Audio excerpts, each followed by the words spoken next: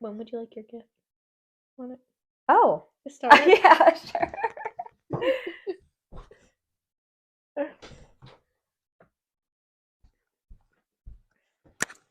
I mean, it's going to be a real surprise as to what it is. I know. You don't know, right? It's so, the wrapping job is The wrapping. the worst. So, Maria's been holding on to my Christmas gift. Oh, this was Maria's Christmas gift for me. Yes. Maria's been holding on to my Christmas gift before Christmas. since before Christmas, and she's just kept forgetting to bring it. But I bring it when it counts. All right. Showing. Oh my god, these are so cute. Okay, so they're the main Jane ones, right? Yeah. So they're the main Jane spur straps with little coffees on them. I always drink coffee. That's so cute. All right, I'm gonna put them on my spurs. And we always need it for horse shows. Yes. Thank you. I'm gonna take them to WEF and I'm gonna put them on my spurs. Oh, and her Christmas card, finally. I'm going to take all the other Christmas cards off since it's not Christmas season anymore and just hang yours up. It does say happy holidays, you know, it could be Valentine's Day. And wishes into 2024. MLK Day. This is really cute. I love these pictures. You see that one? Phoenix and Finn made the nice list just barely. Oh my god, that's super cute. Oh, hold on. Charlie's. Let me let Charlie out. Come here, Charlie. No, I was debating getting you. I did ask your husband for help. So I asked your husband because you know I don't do well with options. I know, and I was forcing you. You gave me nothing. You're like, just pick, and I was like, no, you pick like 3, and you're like, no, you do. I was forcing you to make a Joe, choice. Can you help? He sent me 3, and I was like, okay, I can do this. That's so funny. Yeah, I forced Maria to make a decision. Yeah, she hated it. I'm not good with options like that. Oh man. Yeah, but I was also gonna get the little. I still might maybe for like. I was gonna say Valentine's Day, but that would be weird. I want to get you the little like 4-leaf clover ones to match like your pins. Yeah. So maybe next holiday. Okay. St. Patrick's Day. Yeah, there you go. St. Patrick's Day gifts. I mean, my birthday is the day before. So. Yeah, that's true. So yeah, maybe that's a good one. All right. All right. Well, welcome back to another chilly, snowy, freezing cold, icy episode of the Working Ammy did make it podcast. Here, barely. Maria survived. I survived barely. This week we're gonna give some love to the Thoroughbreds. We're gonna read submissions from our Thoroughbred people, people, you know, looking for Thoroughbreds, people who have Thoroughbreds. So Thoroughbred people, this is for you. And then we have a listener submission. Yes, we do. For our discussion. About what to look for on a PPE. I don't know, actually look. I sent it to you. Let me see. Maria's gonna check what it is. Okay, so the impact of vet remarks on pricing of a horse. Oh. This is gonna be a good one. Okay. Yeah. So that'll be an interesting one. And just a disclaimer, like, this is all our opinion. We are not. I mean, obviously it's all our opinion, but in terms of like vetting and stuff like that, like, we're not vets, you know. This is our sole opinion, so always consult your vet, consult your trainer when it comes to PPEs and the impact of vet records, and maybe consult a couple. Yeah, but we'll get to that. Yes. All right, so let's get into it. Start off. Okay. So this is a little bit of an older submission. But this person says, "Hey, I bought my horse 6 months ago and I wanted to see what you guys think his price is. Or what you bought him for. 7-year-old, 16.1 hand bay OTTB gelding, has 28 starts and really nice bloodlines. Walk, trot, canter, and doing 2-foot courses with scope to do much more. Super willing to the fences, beautiful mover, and puts in 110% under saddle. Trailers well, loves the farrier, no spook, rear, or bolt. He has become like bomb-proof and doesn't care about me messing around near him. LOL. Wow. Hoping to show him in the hunters one day. And then she sent us some pictures. Oh, how cute. Oh my gosh, that is brilliant. She's riding one of those blow-up inflatable unicorns. Yeah. Oh, really cute. He's cute. Very cute. He has a cute little face. Very cute. Okay. So what do you think she bought him for? What do I think she bought him for? Did she buy him with all of that? Yes. And when did she bought him 6 months ago from when? From August. So that was March-ish. Okay. April, February. So almost a year ago now she bought him. I think he was walk, trot, canter, and over small jumps, or was he competing at all?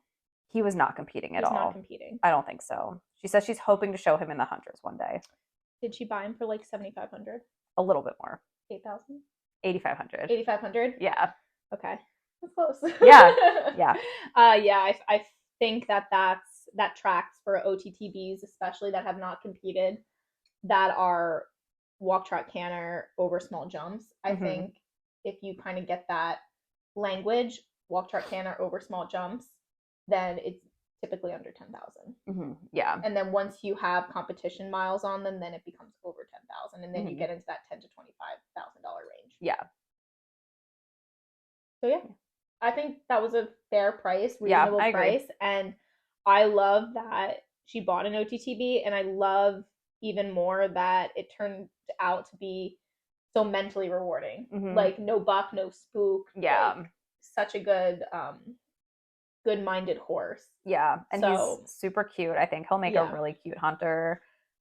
He's a bay. Everyone loves their bays. Yeah, bay with a little star on his face. He's very cute. Yeah, super cute. Yeah, love it. Awesome. Getting there, I promise. Okay. Hello. This is also from August. Okay.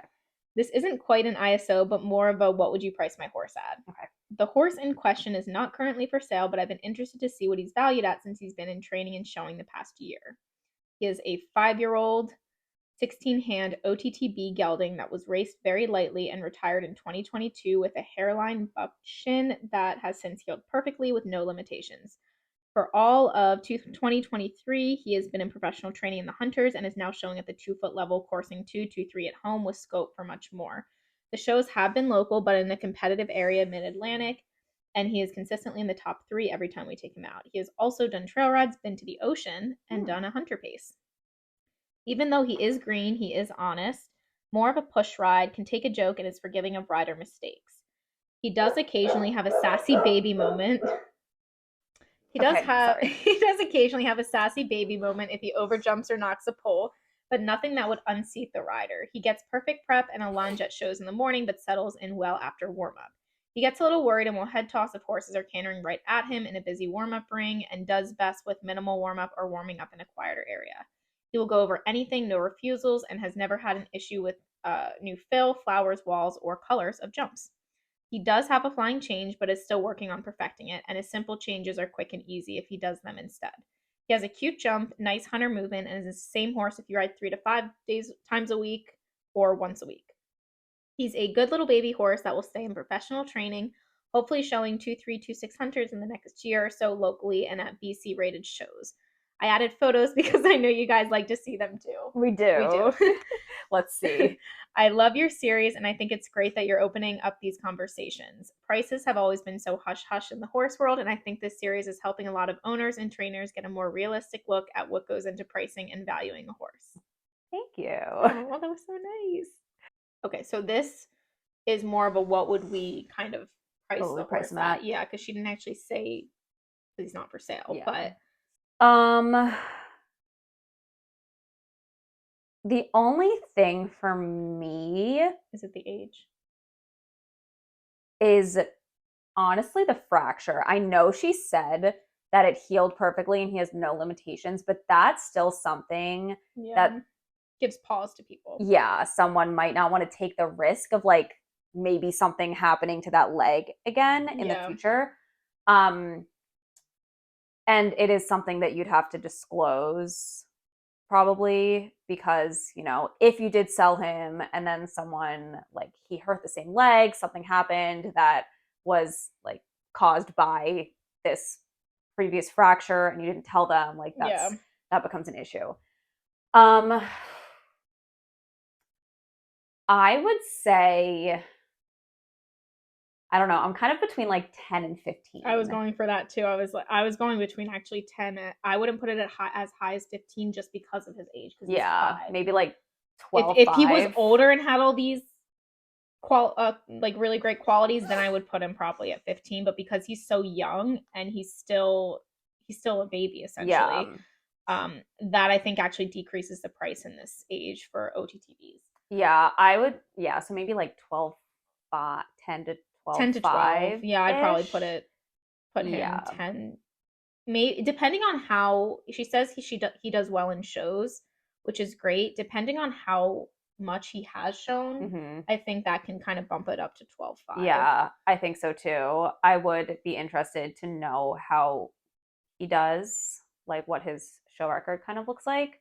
But it's also good that he's 5. She says he has scope for more. So sometimes people will be like, I have a 17-year-old horse and they have scope for more. And we're like, you don't have to jump your 17-year-old horse higher. At that point, it doesn't matter. At 5, it's like, yeah, maybe he could like move up to the 3-foot adult hunters or something like that, which is great and would definitely increase the price. But I think for now, I think 12.5. Yeah.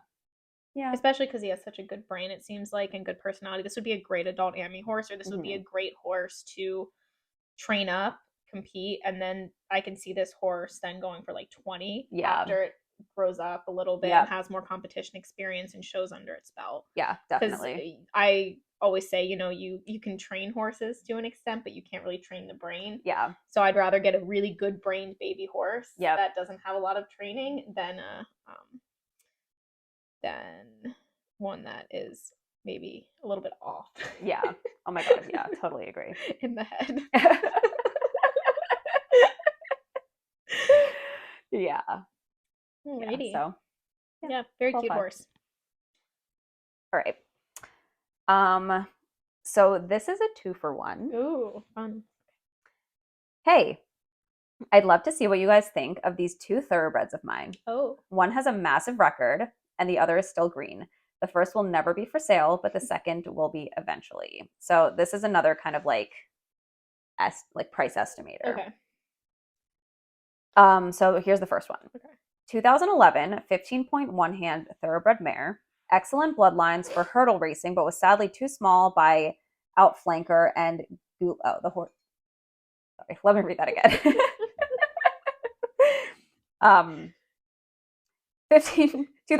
2011, 15.1 hand thoroughbred mare. Excellent bloodlines for hurdle racing, but was sadly too small by outflanker. This is gonna be like me with porpoises. By outflanker and Gulef, a grade 1 winning mare. She has extensive miles through the low child adults and take 2 thoroughbred jumpers, even taking home 6th in Horse of the Year for the Take 2 division in 2021. She is well schooled on the flat with lateral work, counter canter, and changes. Will jump from anywhere to any jump, no questions asked. She is bold and brave with no vices and will get down the lines if asked or will happily do the ad. The downside to her, outside of being tiny, is her being a hotter ride when jumping and likes to toss her head to protest. At shows, she will jig to the ring, but puts her game face on and stops as soon as she steps into warm-up. So what would you price her at? She's 12. She's 12. She's a hunter and a jumper. Yes, but it seems like she's more jumper. Yeah, because I was like, that's interesting that she's actually. I think she might be doing just the jumpers. I think she's doing the low child adult jumpers with her and the Take 2 thoroughbred jumpers. Oh, okay. So she's a jumper. Okay. Yeah. And she's small. 15.1. 15.1. I actually don't mind the fact that she's small. I think for a thoroughbred, that's actually kind of attractive to some people, especially if this one doesn't seem as beginner friendly or intermediate friendly, but if they are beginner intermediate friendly, like for a teen or something, then having a smaller horse I think is a little bit easier to sell to them than having like this massive thoroughbred. So the height really doesn't bother me. What does concern me a little bit is the fact that you're limiting your options with how she performs. Not performs, how she acts in the ring. If she's head tossing and a little bit spicy, it seems like that takes a knowledgeable rider to be able to kind of focus that energy and ride. So what do I think she's worth, or what do I think she bought her for? What do you think she's worth? What I think she's worth.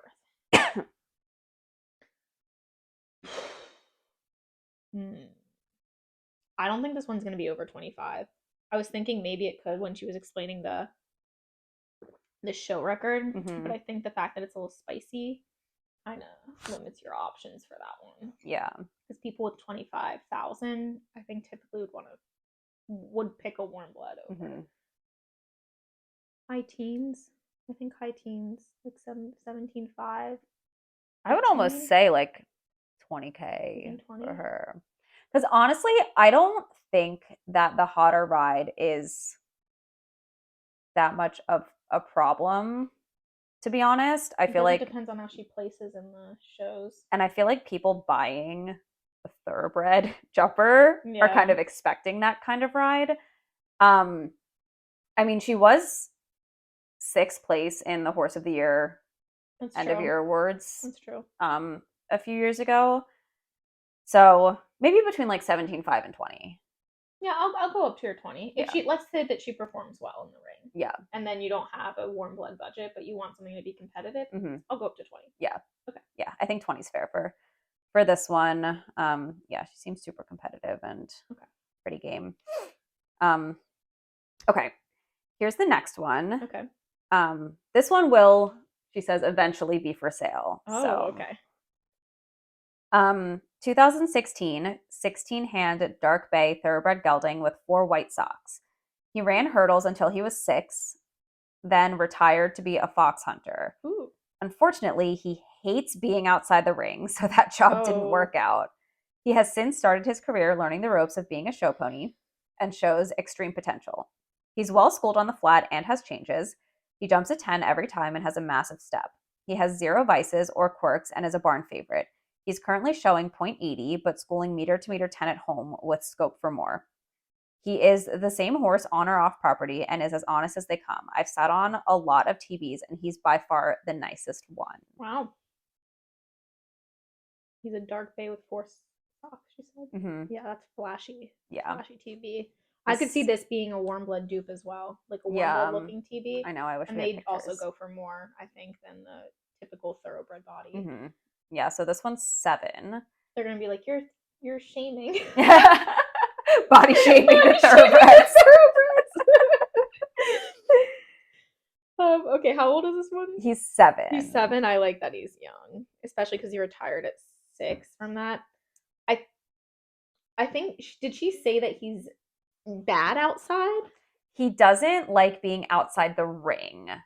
So do you think that accounts for like trail riding and stuff? Like if I were to hack him from the stall to the ring, right? Because that, I was thinking immediately like, oh, perfect adult amateur horse. Like maybe someone who doesn't have a crazy big budget but wants a nice horse. But then I'm thinking, that's definitely a question, because like fox hunting is way different than just trail riding from point A to point B. Yeah. And I think that in this case will affect the price, because I can see this going to like an adult Ammy. Yeah.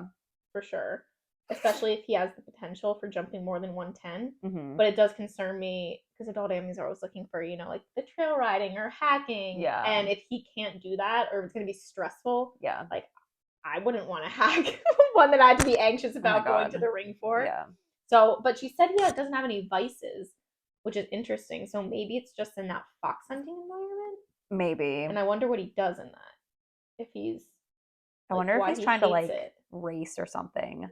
Yeah, I would like to know more about the outside issues, like what he does that that he hates being outside. Yeah. Is it like a dangerous thing that he hates being outside, or is it like he's just move, pissed off? Or like what is it? Because I think that will greatly affect the price in this. Yeah, totally. If he's schooling, what is he competing? 0.80. Competing 0.80. But he's schooling meter to meter 10. He's schooling meter to meter 10.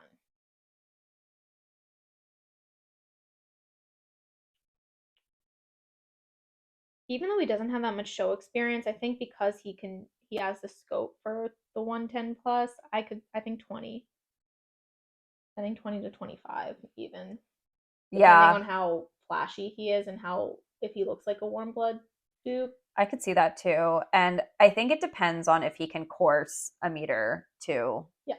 Or if he could course over a meter, because the low child adults and the take two thoroughbreds are typically a meter, maybe a meter 5 sometimes.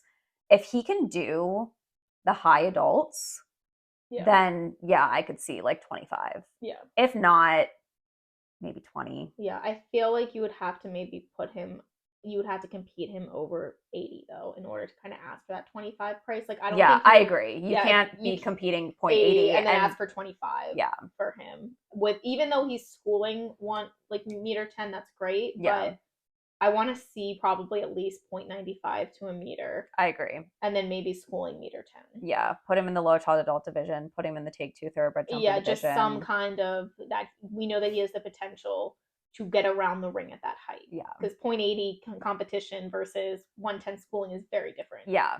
Yeah, it is. For sure. Yeah, cool. All right, let me We're go doing check so on this, great with these. We're blazing through. I know. Hold on, let me go check on this chicken. I love your guys' TikTok videos and would like to see what you guys think I bought my horse for and what I could sell him for now. I would never sell him, just wanted to get an opinion. Okay. I've owned him for 2 years now and bought him as a 4-year-old. He's 3/4 thoroughbred and 1/4 Arabian. Puppy dog personality, and although he's still filling out, he is measured at 16.1 right now. Short-backed and short-necked. Bred as a 140-meter jumper prospect, but has bloodlines from 5-star eventers and high-level dressage horses. He has a bay with a small white star and a small white snip on his nose. He also has matching short white socks on both hind legs and a double whorl on his face. Cute. When I bought him, he was a partial restart, but quickly after was able to jump 2 foot comfortably. He is now schooling up to 3 foot and showing 2.326. He's schooling first level dressage and will float around a cross country course. He's a favorite in every barn and gets along with all horses and animals. He's an easy keeper, wears front shoes to even out his height while growing, eats small amounts of grain to mix in his supplements, and wears thin blankets to prevent rain rot. Sound and sane. Could be a kid's hunter horse. Would not be able to make a lesson horse as he requires one consistent rider. Let me know what you think I paid and what I could sell him for. And this is in Canadian dollars. Okay. Let me do my conversion. So the thing that I find interesting here is that he was bred as a 1.40 jumper prospect. Yeah. Which you don't see thoroughbreds being bred for the jumpers. We had this conversation. Anymore. We've had this conversation before. So I think that's really interesting. I'm kind of. So he's 6 now. Well, what do you think he bought him for? We can start there. She bought him at 4, or they bought him at 4. Yeah, right? They bought him at 4.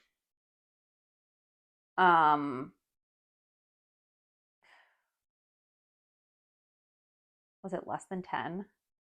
Yes. Was it like 7? Less. 5? Less for UST.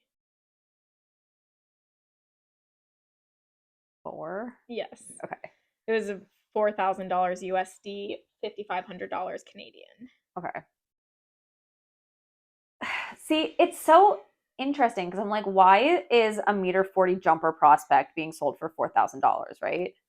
Yeah. Like, I'm a little confused. I'm confused as that too. Also, the bloodlines from 5-star eventers and high-level dressage horses. I'm a little bit confused why you wouldn't put him as a jumper or an eventer, although we always say hunters get more, higher prices. I mean, maybe he's too slow for the jumpers. Possibly, but I was thinking eventing. He will float around a cross-country course. We see a lot of thoroughbreds in the eventing space, and they do incredibly well. Yeah. So if you have a 5-star eventer bloodline, if you have a bred 1.40 jumper prospect and high-level dressage horses, all of that for me is like eventing. Yeah, I agree. I do agree with that. So I'm very confused as to why he's now he was thinking, or they were. The only thing is like hunter. Maybe he's just slow. because in eventing too, if they're too slow, you're gonna get time faults on cross country. You're gonna get time faults in show jumping. But I'm just kind of confused why a 1.40 jumper prospect is selling for $4,000 US. Unless he couldn't. Unless they like the horse couldn't do 1.40 like maybe even then though, like if you're selling a 1.40 jumper prospect, like warm blood prospect, even if they could only go up to like 1.25 meters, yeah, it's that's still not $4,000. Yeah, so I'm a little bit confused. I feel like there's something that we missed, or like that we're missing, some piece of information that we're missing. Because I agree with you. I can't imagine that this type of horse would be going for $4,000. That's like a kind of OTTB type situation. Exactly. Not one that was specifically bred with the bloodline. Yep. And all of that. So this must have been a very unique situation where the horse was forgotten, like on the back burner, something happened. Yeah, there was something that went on to make that horse $4,000. Because I agree with you. I think that's quite shocking. Yeah. And then what they can sell it for. So it's doing 2 foot now. Schooling up to 3 foot and showing 2.326. Okay. So it is only 6. Schooling first level dressage and will float around a cross country course. Okay. He said it's not training to be a hunter horse. It could be a kid's hunter horse. Yeah. Okay. But it seems like it's also an eventing. This seems like an all-around horse. Yeah. So it's 6. Yes. I like the age. I think the age is good. Yeah. Well, I can tell you it's not going to be $4,000. No, but honestly, I don't think I would price it that much higher if I'm being honest. Over 4,000. I would probably put it at maybe like 10. I think this is a situation where you have to pick and choose what you're going to market the horse as. I think this is where marketing really comes into play. If you're going to sell him, if you want to sell this horse as an eventer, you have to start getting it in eventing trials or competitions. I'm not that familiar with the eventing space. If you're going to events. Let me just drink more coffee. If you want to sell it as a kid's hunter horse, again, you need to be showing it in the hunters under a kid. Yeah. Not as an adult. Get a kid or a junior on it and start showing it. So I think in this case, the marketing strategy, I think, will determine the pricing. Yeah. And I also think as you're trying to market it, like, it depends on the results. I mean, we always say this. We kind of harp on it a lot. But it depends on the results. It depends on the divisions that it's doing, because like if it's doing like the low children's, then maybe can move up to the children's hunters and is doing the 3 foot and is doing well, then like that'll bump that up. Correct. But right now, it's kind of all over the place. Like it's an all-around horse, which I love all-around horses. Don't get me wrong, but when you're trying to sell an all-around horse, I think it could also be very tricky. Yeah. Because you like. I don't love an all-around horse. When I'm looking for a horse to buy, I don't want my horse to be able to do everything. I want my horse to be good at the thing that I'm looking to do. Like, I don't want my horse to be able to dabble in the hunters and dabble in the jumpers and dabble in the eck. No, I want my horse to be a jumper. I want it to do well in the jumpers. I want to win in the jumpers. Yeah. Unless you're going to say it's going to be, they don't say anything about eck in there, but then you say like 2-ring horse or something like that. But I still think you have to get show miles under it, whether it's going to be in hunters or it's going to be in eventing. Yeah. You have to get some kind of show miles. And I would personally put it in a hunter class with a junior or a kid. And then also do an eventing trot, honestly, and you see can, which one the horse does better at, and if it excels in one or the other, then kind of narrow in and focus on that. Because I think it's going to be way easier to sell it with that focus, and then say it also has experience in eventing, or it also has experience. It does, but you have to, I think, have a focus, right? Like Squid has experience in the equitation. Yes, I could, if I wanted to do an equitation class, I could. Yeah. But but they weren't marketing him as an equitation horse. Right. They were marketing He's him not as, an as a equitation jumper horse. He's with a jumper. experience in Yep. the eck. Yeah. Yeah, because I think if they were marketing him as an equitation horse and he was doing well, the price would have been way higher. Yeah. But and I as wouldn't for have bought him. well, that's not what I was looking yeah, for. exactly. You limit your market, I think, by not kind of focusing on one thing. So what you could sell him for, I do think it depends. 10. It's really hard. Yeah, I think I'm going to say 10 right now with 10. the information that we have. I want to say more because that those bloodlines are really throwing me off. Like I could see an eventer or someone who wants to event see those bloodlines and be like, "This seems like a great horse to develop." But we don't know what the bloodlines are. Bloodlines from 5-star eventers and high-level dressage horses bred as a meter 40. I mean, just in that general. But I'm just so confused. I know. About the initial I'm confused as like, well. I don't know. I'm confused as well. I'm just going off of the breeding. Now, granted, I have seen horses that have great bloodlines that do go for way below market. But in this case, I think we're gonna have to make assumptions. So I'm gonna assume that it's actually bred eventers with eventers and high-level dressage horses. It's cute. I could see 15. Honestly, yeah, I could see 15. If it has those bloodlines and you start narrowing in on your focus and get in a competition or two, I could see 15. Yeah. Yeah, I could see it 15, like, again, with the experience. But I think right now, like right in this moment, for what she has, I'm going to stick with 10. They have. Yeah, I think 15 depending on what you're going to narrow in on the focus. Yeah. And if you get it in some competitions. Yeah. Yeah. And it wouldn't be able to make a lesson horse, so you already get that out of the way. So I actually think that going one way will be better than an all-arounder. Yeah, definitely. Okay. Cool. So this person wants us to price her horse. She does give us prices, though. She says what she thinks she should go for and what she wants her to go for. Oh, okay, cool. So this will be interesting. Fun.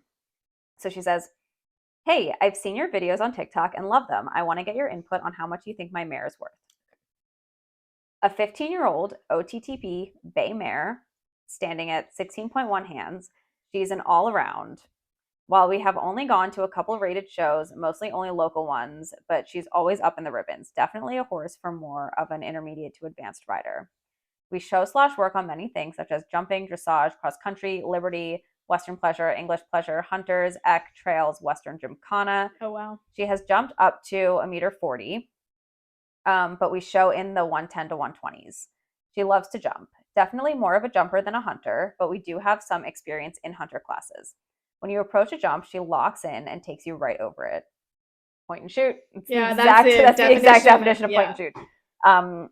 We have never shown in cross country, but she loves doing it. It's probably her favorite thing to do. Oh. Goes over everything confidently. Not much else to say about cross country. In dressage, we have shown many times at a training/level 1 tests with scores over 60% every time. For flat classes, she places first almost every time. She has so many different speeds and buttons. She is a beautiful mover with great gaits.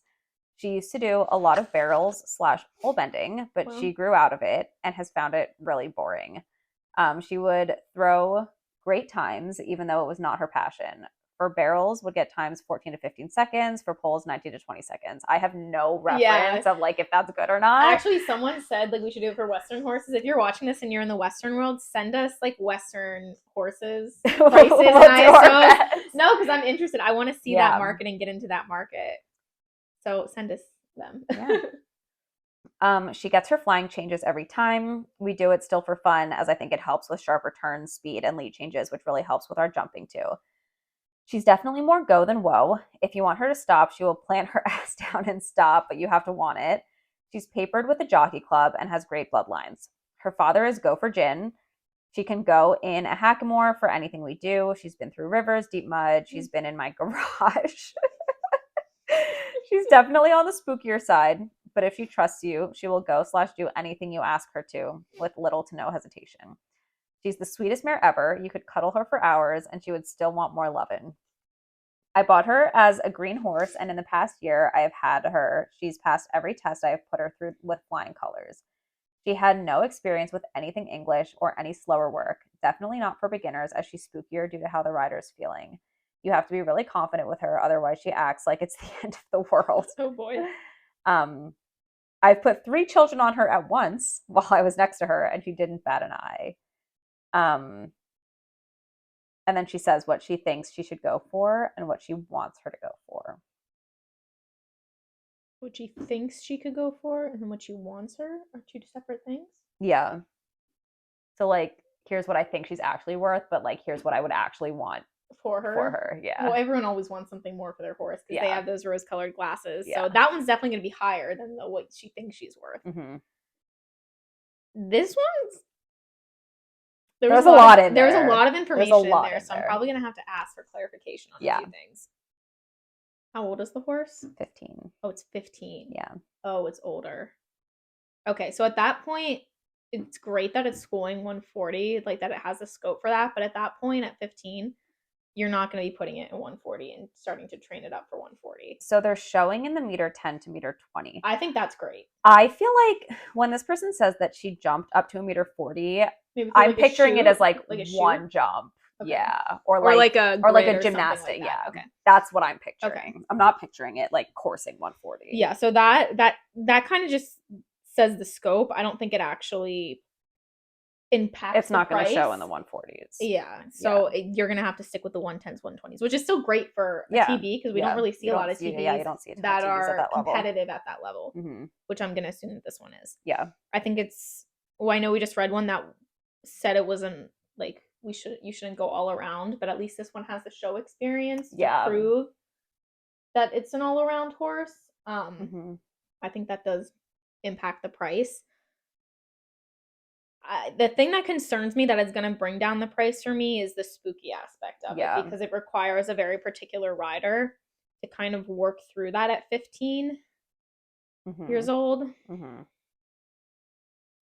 Originally, when you read that with the show experience at 110, 120, I was thinking like actually like 30, because of, even though we say 25 is usually, I think show experience at 120, 130 or 110, 120 will overshoot that.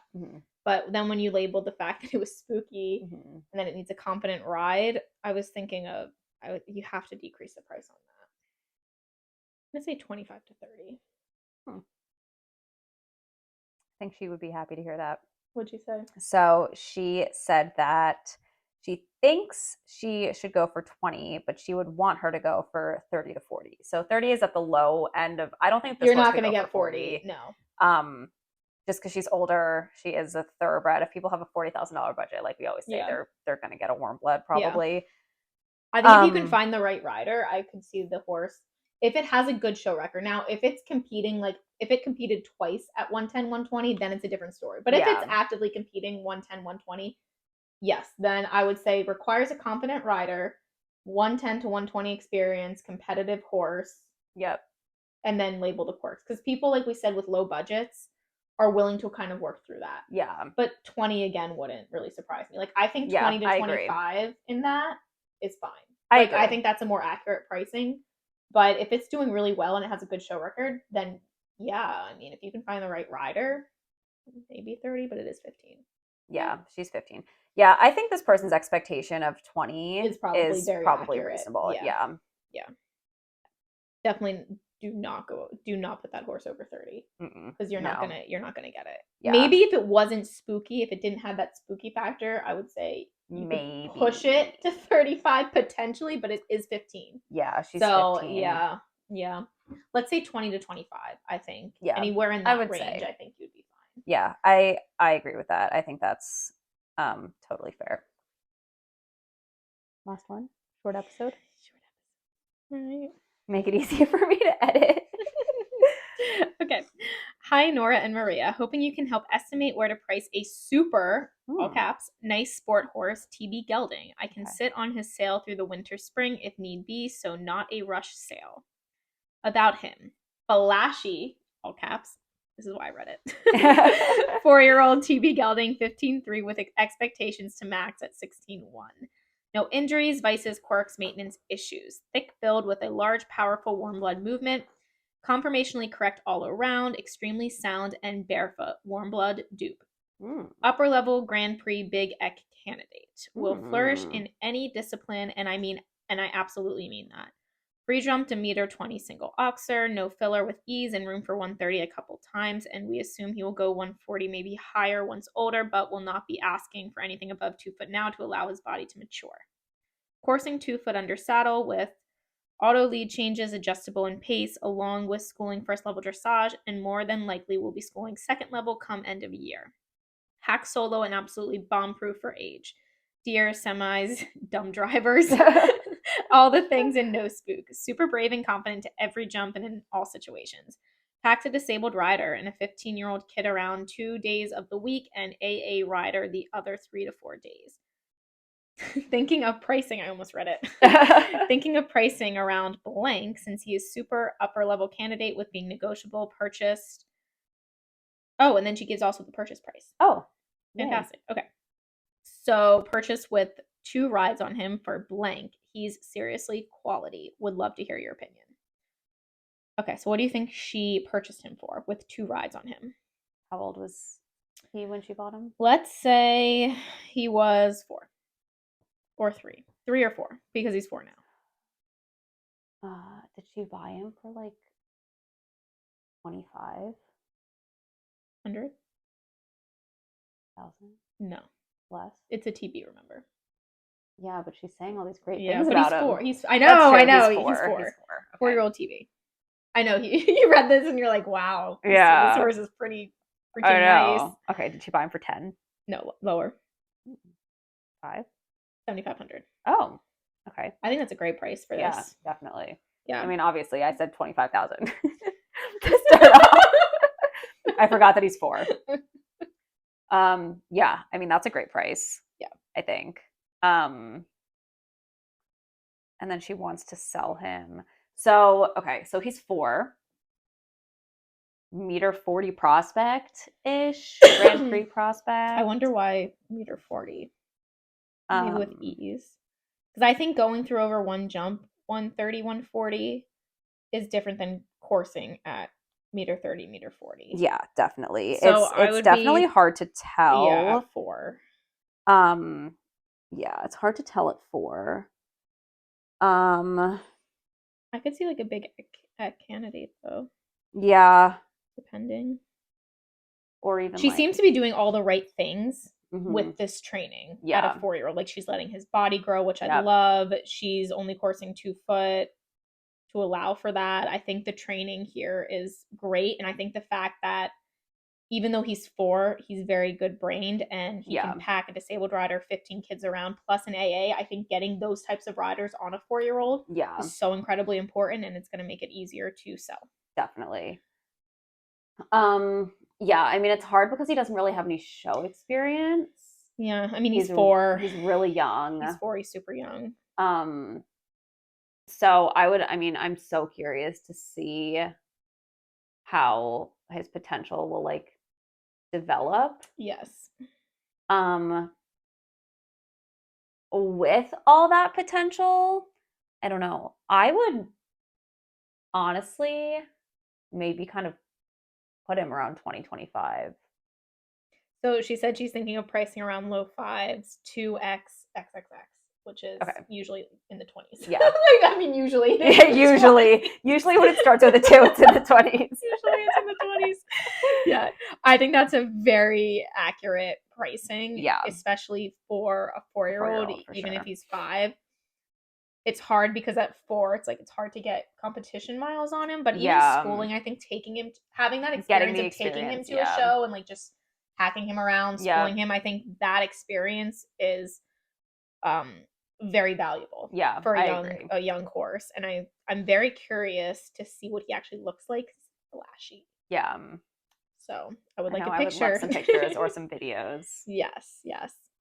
But I think this seems like a great junior AA horse. Yeah, I think so too. I would probably pick up this horse, honestly, and develop it, especially if it's flashy, and then use it as an investment. Mhm. Now it's going to be hard. I think if it gets to this, you could probably this could be an example of a TB that goes for more than 30. Yeah. This could be like one of those off Yeah. ones that you ask for a price, but this is where the experience and the potential and the Yep. development really comes into play, and the competition miles. And also, I think it depends on how this.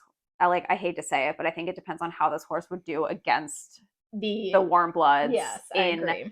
Some of those shows, because like if it is, big bodied warm blood dupe, like fancy on his own, but he's not holding his own against the warm bloods, Yeah, then that's a good point. You're not going to be able to sell him for as much as a warm blood. Yeah. If he can hold his own, then you're in the game. Yeah. Yeah. But I think you're doing a great job with the development of him, and we're very curious to see. This is the woman that I actually ended up emailing. She didn't get back to me. I just emailed her like 4 hours ago. But I asked if she ended up selling him because this was November. Okay. So I'm very curious to see if you sold him, and if you did, what you sold him for. And if you didn't sell him yet, let us know when you do, and we'll. Or if anyone wants a flashy 4-year-old TB gelding. Yeah. All right. Yay. Woo. All right. That was 3. That was 6, fantastic. Right? Yeah. That was our most efficient one yet. Yeah, that was super efficient. Or just maybe we're getting better at this. Yeah, maybe. Okay.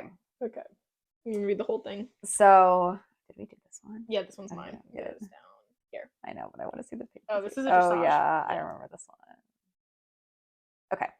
All right. So, we have a listener submission for our discussion topic this week. So, this person says, "Hi, I heard from your last video that you were looking for some extra topics to tackle on your channel, and I was thinking of this one. What about the impact of vet remarks on the pricing of a horse? It's something I've struggled a lot with personally during my search.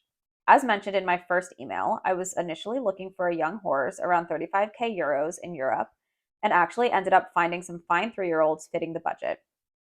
In the end, there were 4 of them that I really liked. However, none of these horses passed the vet check. Vet explicitly said no. I've had some bad luck in the past buying a cheaper horse, thousands and thousands of vet bills surpassing my living expenses, which was quite traumatizing, TBH. Yes. Oh, this is right up my alley. There is no such thing as a free or cheap horse. So I was not willing to take on the risk.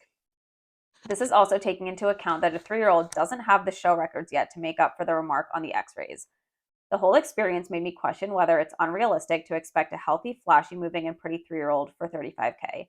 After seeing lots and lots of unhealthy horses, I ended up adjusting my budget and got myself this wonderful 3-year-old that passed the vet check without any remarks. Love to hear your thoughts on this one." This is a good one. This is a good one. Would you like to start? Sure.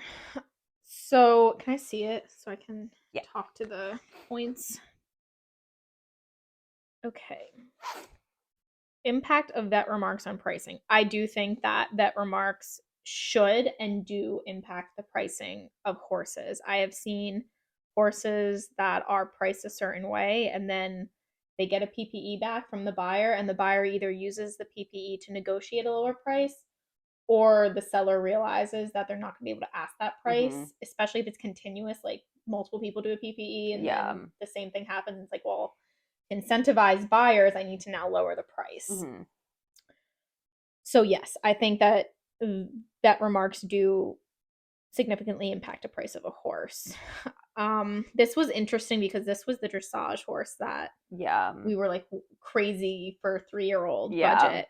But this was interesting that she was looking for 3-year-olds and could not find one in the $35,000 price range euros that did not have something wrong with it.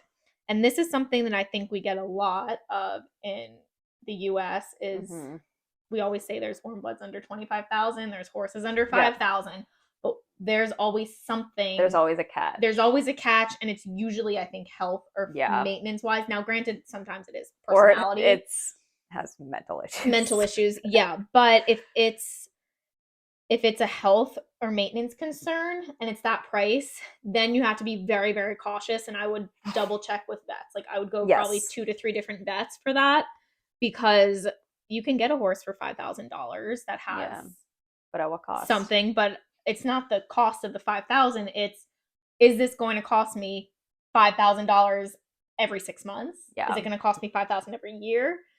We read an ad where I basically said that the girl was going to hate me because I said that you shouldn't buy the horse that because the of all the maintenance issues. was going to Yeah, because outweigh all the the value maintenance. of the horse. And I think that does happen a lot, where Yep. your maintenance that you'd have to put into a horse, especially when it's that low, outweighs what either the purchase price is or outweighs the value of the horse, and you're Yep. never going to get your money back. Yep. It's going to be extremely difficult to resell. And at that point, it's like, well, you have to retire or donate or something where you have to be very cautious and know what you're getting into. That's why you're PPEs, losing more money than you need to. Exactly. And I think PPEs are extremely important for that reason. And getting the vet remarks. Yep. I know vets can be very particular. Like, they all have their different ways of doing the PPE and their different viewpoints. But if you're getting like 3 different vets that are saying the same thing, then it's like, okay, maybe I should not buy this horse. Yeah. And I'm sorry that you were traumatized by vet bills. If it's any consolation, I was also traumatized last year by vet bills. But that wasn't because of a PPE But that was not because of a PPE issue. Yeah. That was just bad luck. That was just bad luck. A series of unfortunate events. Yeah, story of my life. So I do understand. And that's why I'm just so big on the vet bills and financially stable and all that stuff.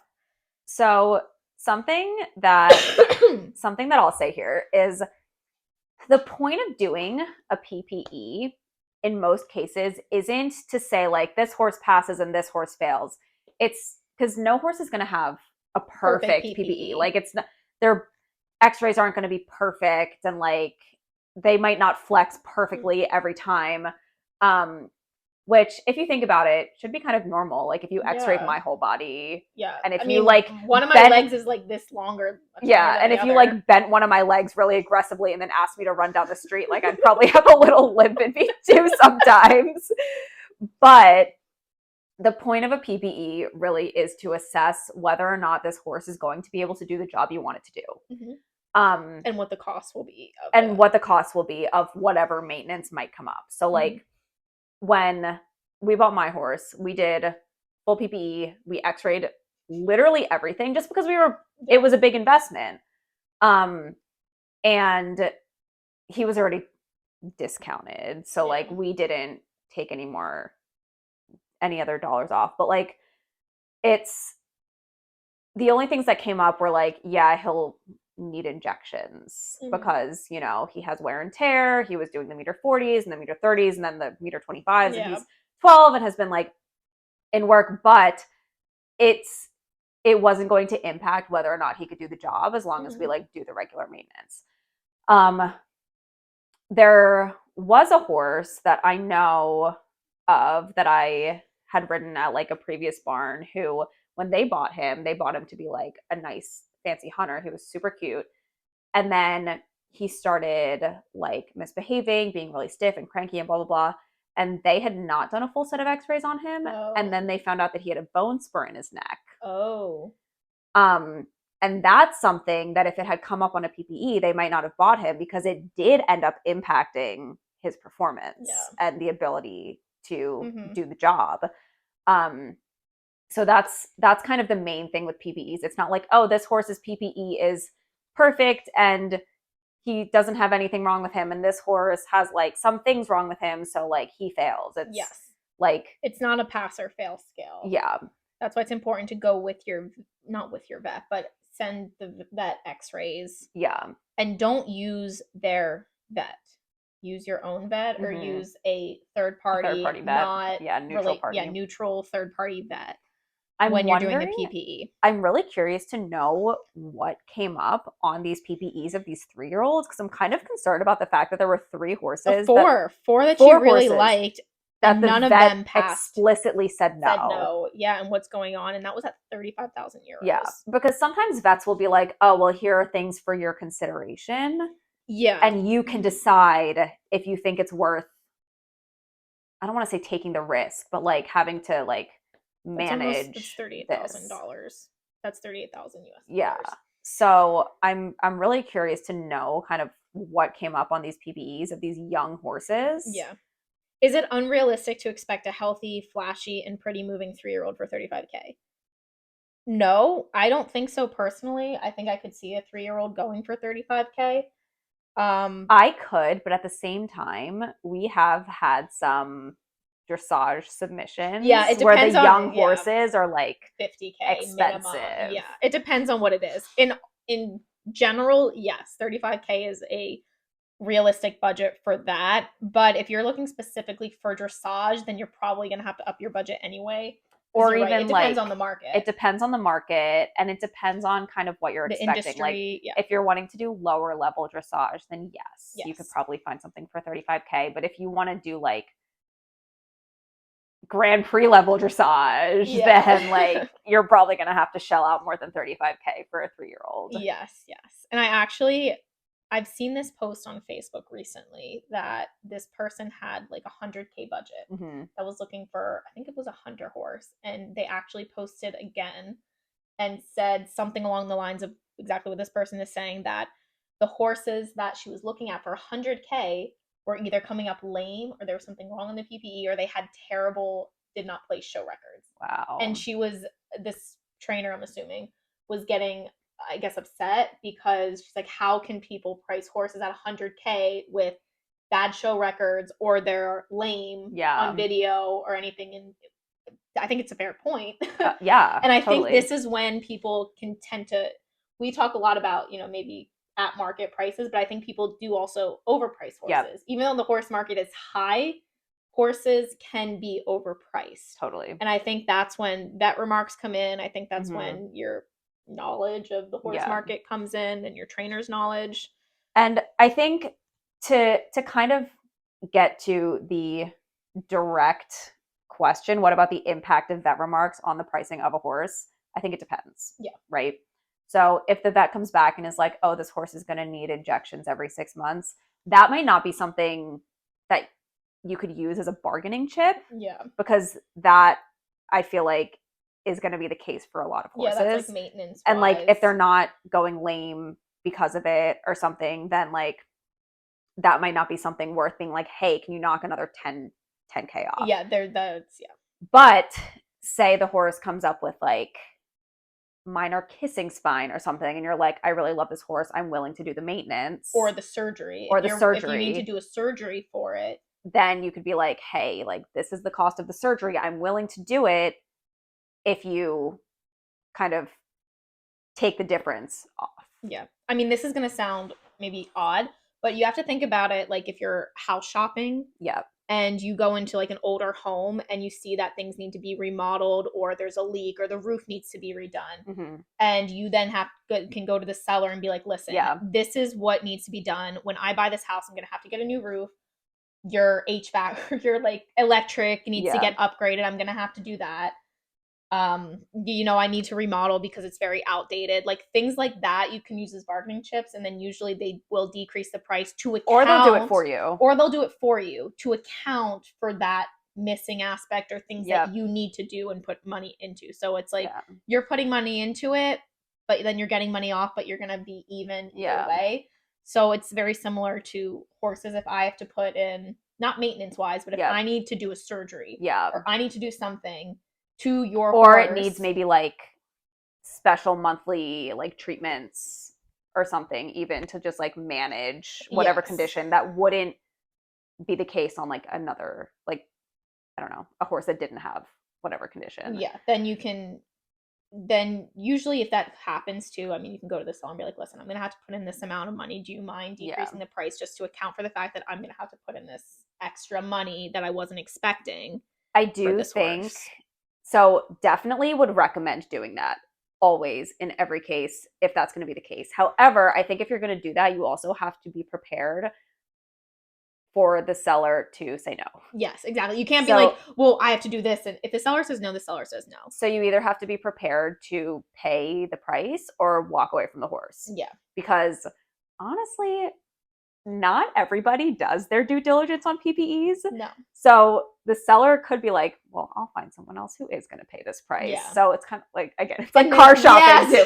Or even with house shopping, like sellers can be like, no, I'm not going to do that. And then you can either be like, all right, well, I'll just pay the price, or you you go find a new house. Yeah, and you that's go look at another house. and that usually happens. Like if you see a horse that gets I don't want to say a bad PPE, but something comes up on the PPE, they tell the seller or they tell the buyer, like, yeah, no, I'm not going to lower the price. I have like other people, or like I have other people. Yeah. And then the same thing comes up and up. Then you start seeing the seller, then the seller will reduce the price and say, okay. And then maybe even reach out to the other buyers and say, hey, like we've reduced the price of this horse. Are you still interested? So, and this happens a lot, I think, when the seller doesn't know. Like if the seller didn't do their due diligence when they bought the horse, or they just didn't want to know, because there is legality behind it that you have to disclose as a seller any known issues with the horse. But if you don't know the issues with the horse, and ignorance is bliss. Ignorance is bliss. No, but seriously, if you don't know, you can't be held liable. If you don't know and the buyer just says basic PPE, I'm not going to do x-rays, and then something comes up later, they can't come to you and say, oh, well, you know, you should have known this, or no, that was you. You should have done the due diligence on you, and I didn't know about it. Yeah, exactly. So like you can't fault the buyer, even though maybe you can't fault them. Right. Yeah. If you're a buyer, definitely keep that in mind. Like it's on you to do your due diligence on the PPE. Yes. Because if the seller doesn't disclose something, and there's no previous record of it, it's very hard to prove that. You can't prove that they knew. Yeah. And if they didn't know, then you're the only way that you would be, and that's when you ask for previous vet records. Yeah. Because then it should come up on previous vet records. Yep. Before you buy the horse. Yeah. But if it's not on previous records and the buyer, the seller says that they didn't know, you don't really have a lot of proof and leg to stand bargaining power there. So definitely do your due diligence. It's on you as the buyer. And if you don't do your due diligence, then I don't want to say expect something to happen, because that's not everything is all doom and gloom. Yeah. But if you don't do your due diligence and something does come up, then it's kind of on you.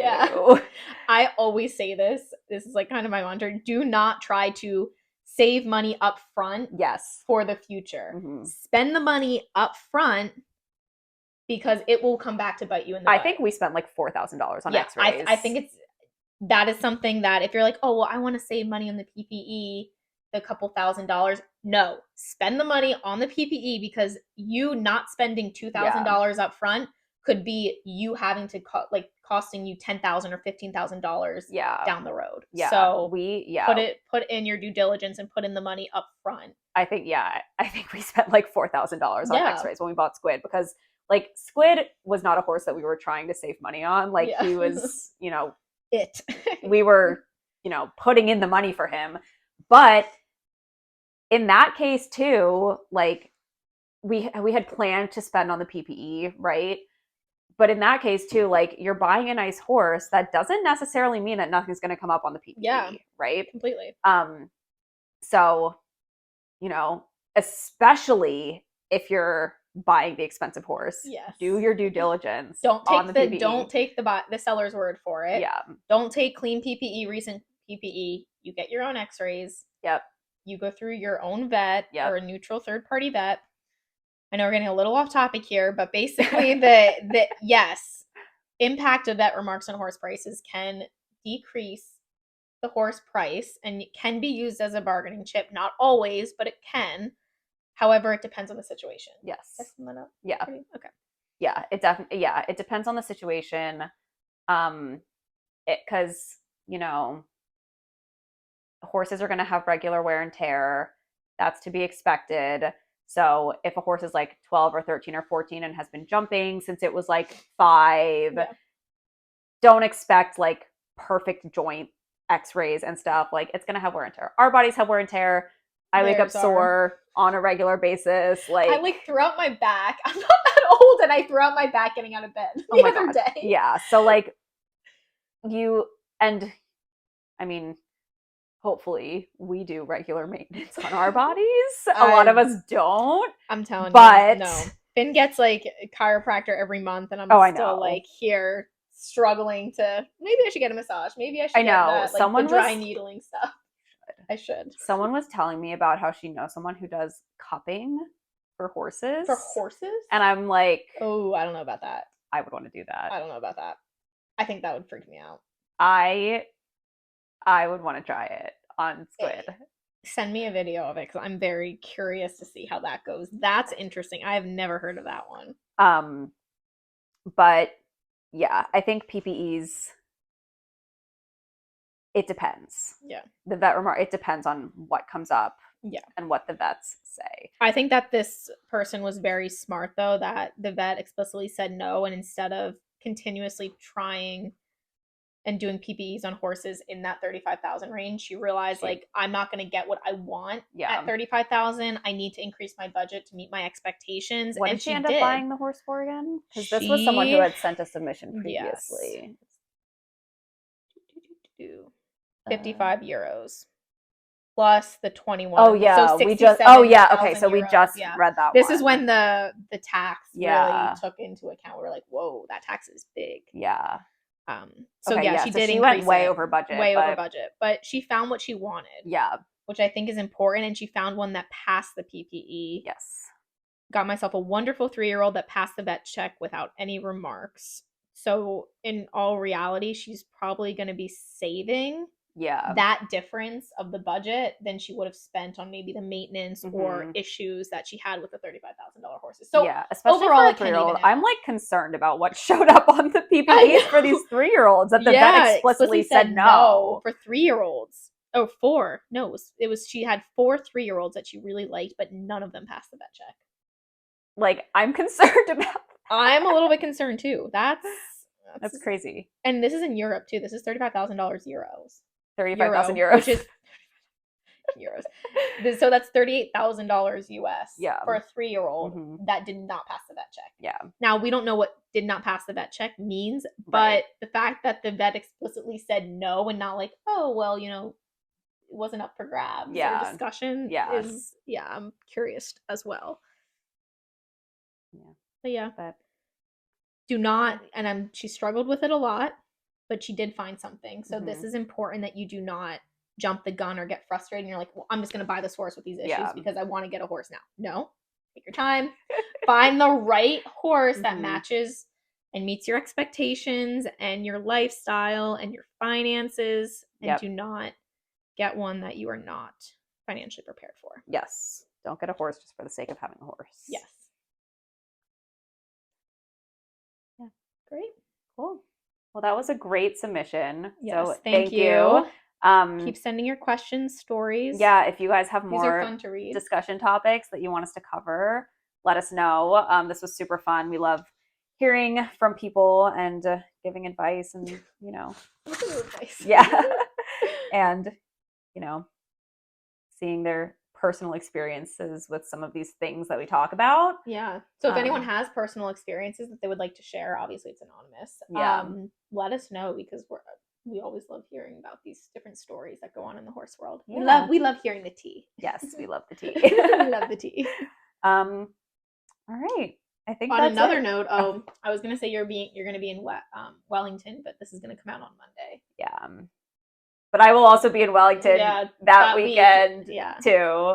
So I'm going to be at WEF for week 3.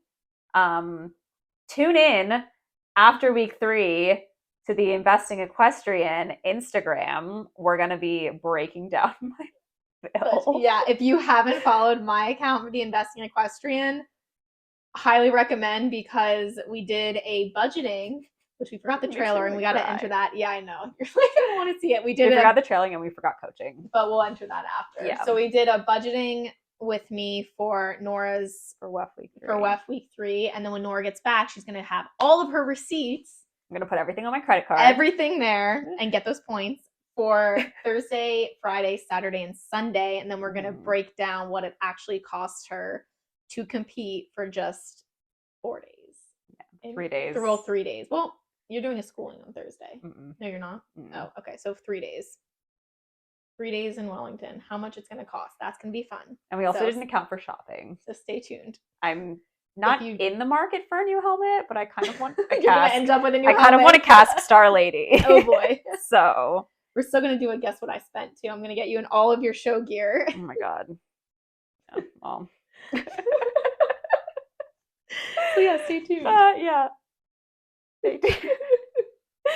Oh man. All right. Well, I'll see you guys at what? Yeah. Adult Working Amy's Amy's out. Is it adult Amy's or working Amy's? Like adult Amy's. oh, adult Amy's out.